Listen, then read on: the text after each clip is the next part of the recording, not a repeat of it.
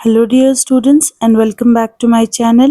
In today's video I'm going to explain most important short questions for communication skills subject degree 3rd semester. So in total I'm going to explain 12 short questions which are very important from unit 1 and 2 both.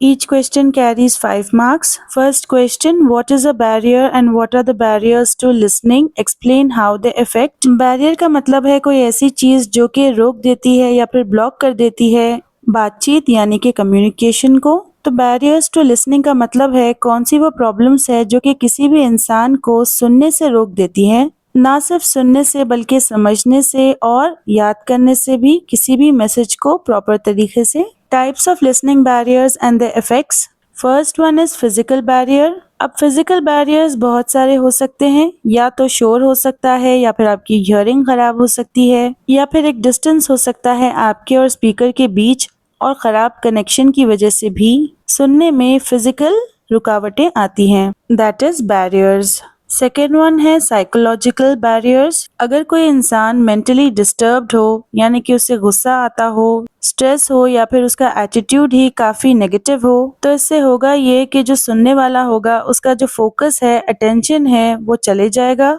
और वो गलत समझ लेगा speaker के message को।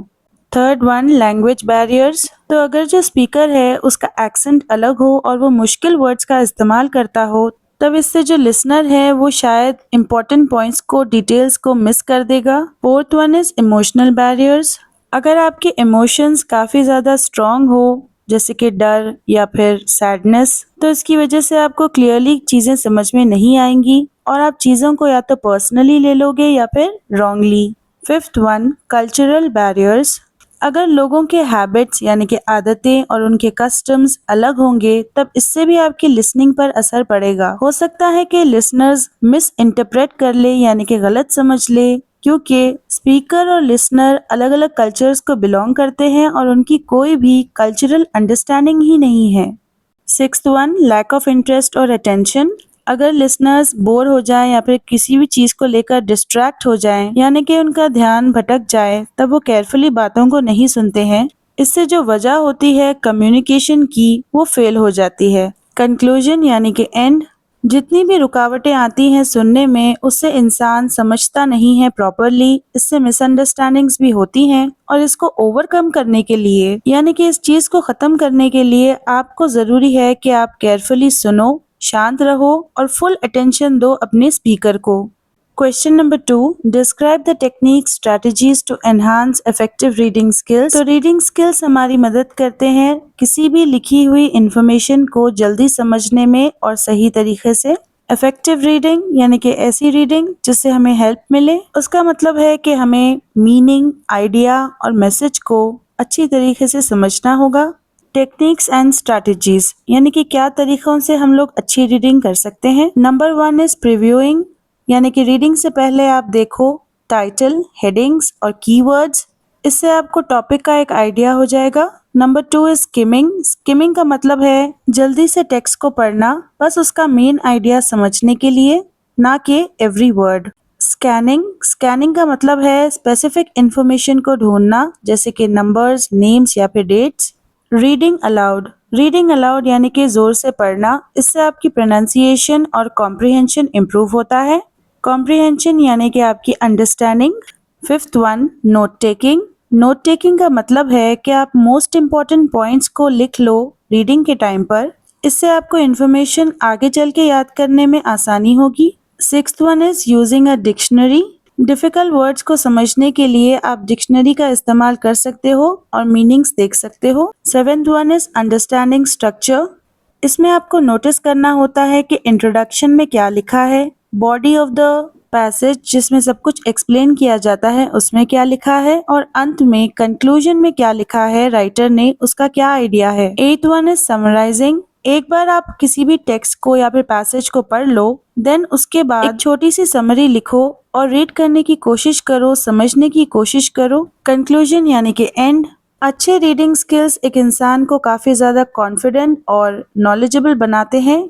इन techniques को अगर आप डेली प्रैक्टिस करो तो आप काफी फास्ट रीडर बन सकते हो और ज्यादा कुछ याद रख सकते हो और आप बेटर परफॉर्म करोगे अपने स्टडीज और एग्जाम्स में। Question number 3, what are some internet basics? तो इंटरनेट एक ग्लोबल नेटवर्क है, यानी कि दुनिया भर में लोग इसे इस्तेमाल करते हैं। ये कनेक्ट करता है कंप्यूटर को लोगों से दुनिया भर में। ये अलाउ करता है अपने यूजर्स को कि वो इंटरनेट पर इंफॉर्मेशन को शेयर करें, एक दूसरे से बात करें और कई सारे ऑनलाइन सर्विसेज को यूज करें।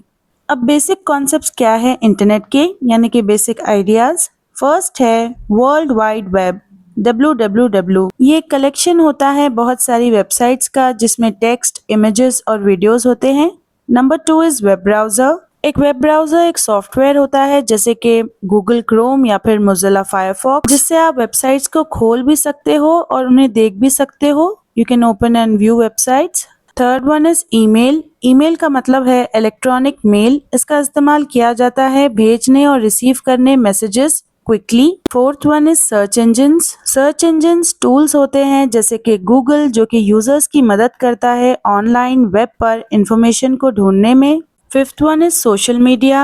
ऑनलाइन प्लेटफॉर्म्स होते हैं जैसे कि फेसबुक, इंस्टाग्राम, ट्विटर। ये सारे प्लेटफॉर्म्स लोगों को कनेक्ट करते हैं ग्लोबली, यानी कि दुनिया भर में। Sixth one is online shopping. Websites होती हैं जैसे कि अमेजोन, फ्लिपकार्ट, जो कि मदद करती हैं कस्टमर्स को चीजें बाय करने में और सेल करने में online. Seventh one is cloud storage.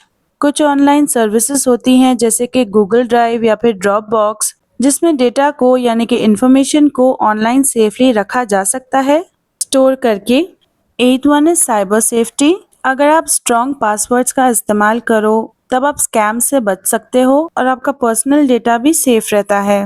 Question number 4, what is digital marketing?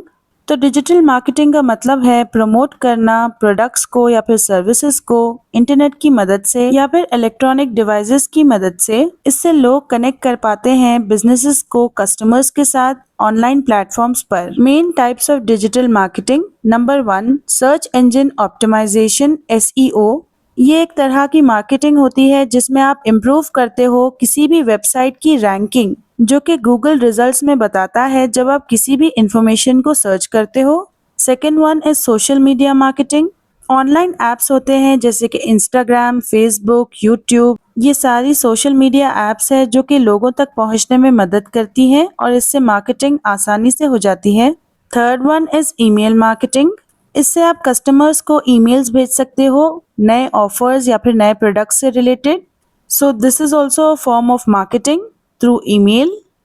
Next is content marketing, जिसमें आप बहुत ज़्यादा यूजफुल आर्टिकल्स, ब्लॉग्स यानी कि written articles online on websites या फिर वीडियो शेयर कर सकते हो लोगों को अट्रैक्ट करने के लिए।